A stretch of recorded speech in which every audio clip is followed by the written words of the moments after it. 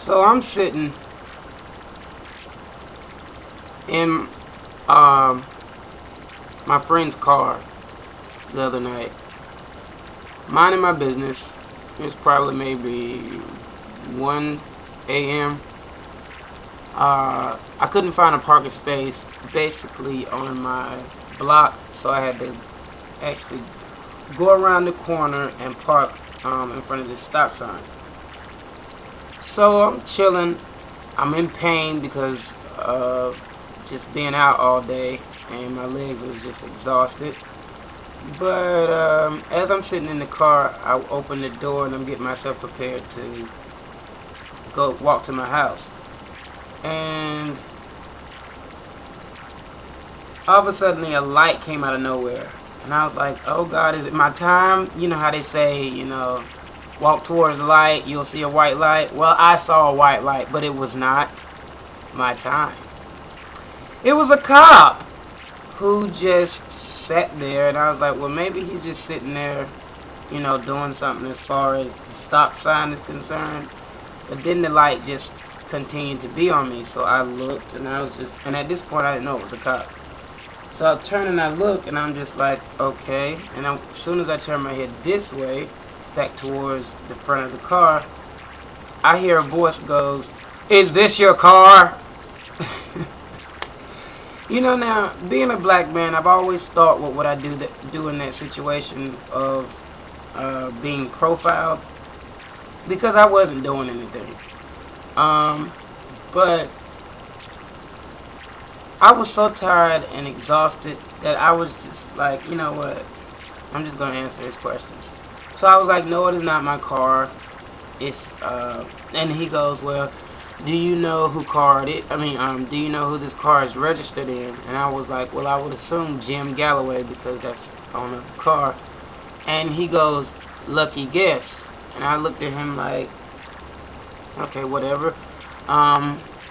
Actually, I didn't look at him. I just was giving him the amount of respect that he was giving me. So I didn't even look at him.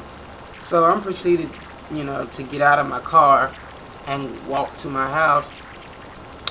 And if you don't know, I do walk with a cane when I'm really, really, really tired.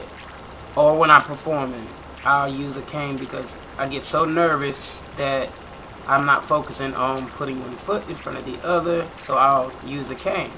But normally I'll walk, with no assistance. So I'm getting out of the car with my cane in the hand. I'm thinking that the situation is over. So as I'm getting out, I start walking towards my house. Sir, are you drunk? Sir, have you been drinking tonight? And I'm like, are you kidding me? Something just went through me. I was like, are you kidding me? Like, do you not see that I'm walking with the cane? Well, you kind of wobbling. I'm walking with the cane. Like, he was being very condescending and very facetious. So, my point is this. That's the second or third time that I've experienced something like that up north. This is up north. I live in Philly. This is up north. I'm from the South, and I've never experienced that. Ever. I had to come up north where it's supposed to be liberate, where it's supposed to be, has the concept or the stereotype of being free and accepting of all. That's not the case up here. I've experienced so much racism, which I really think is crazy.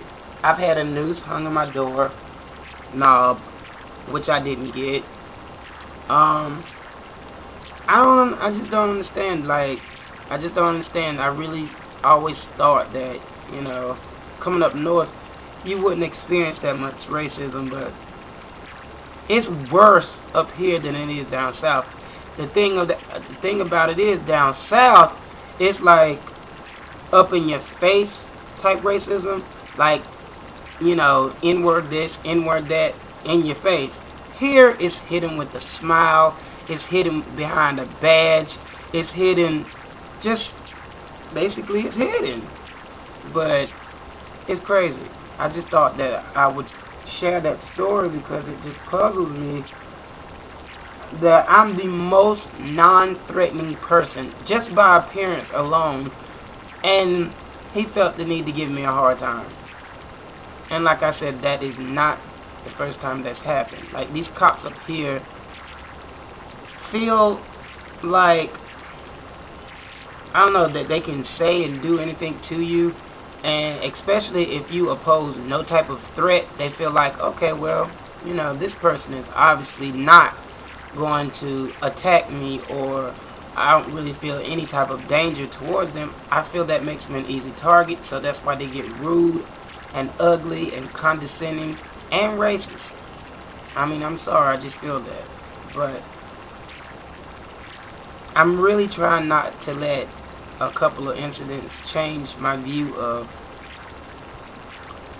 certain people.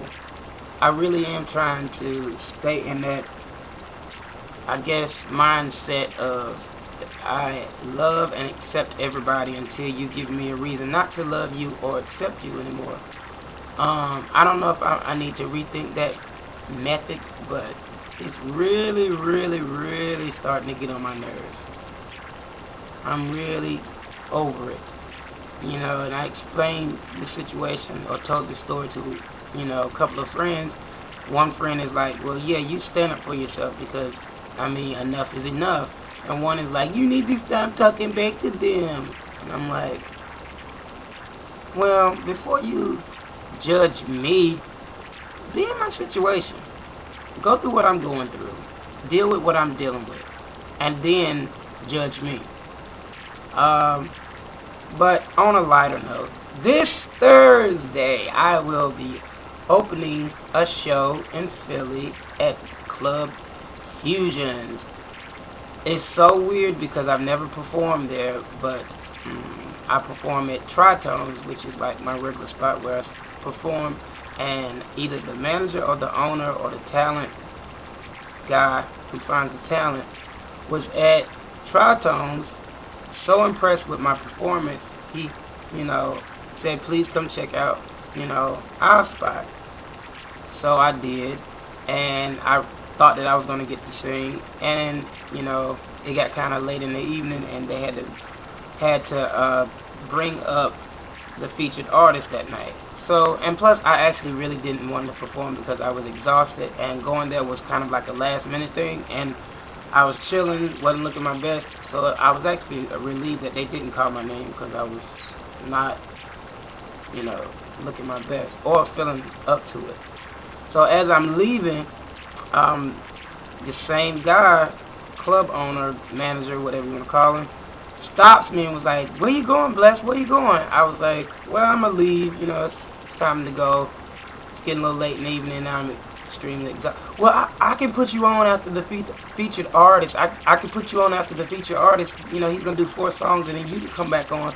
I was like, no, I'm alright. I can come next week. He was like, are you sure? I mean, I want people to hear you. Are you sure? I was like, yeah, I can. I'll just come next week.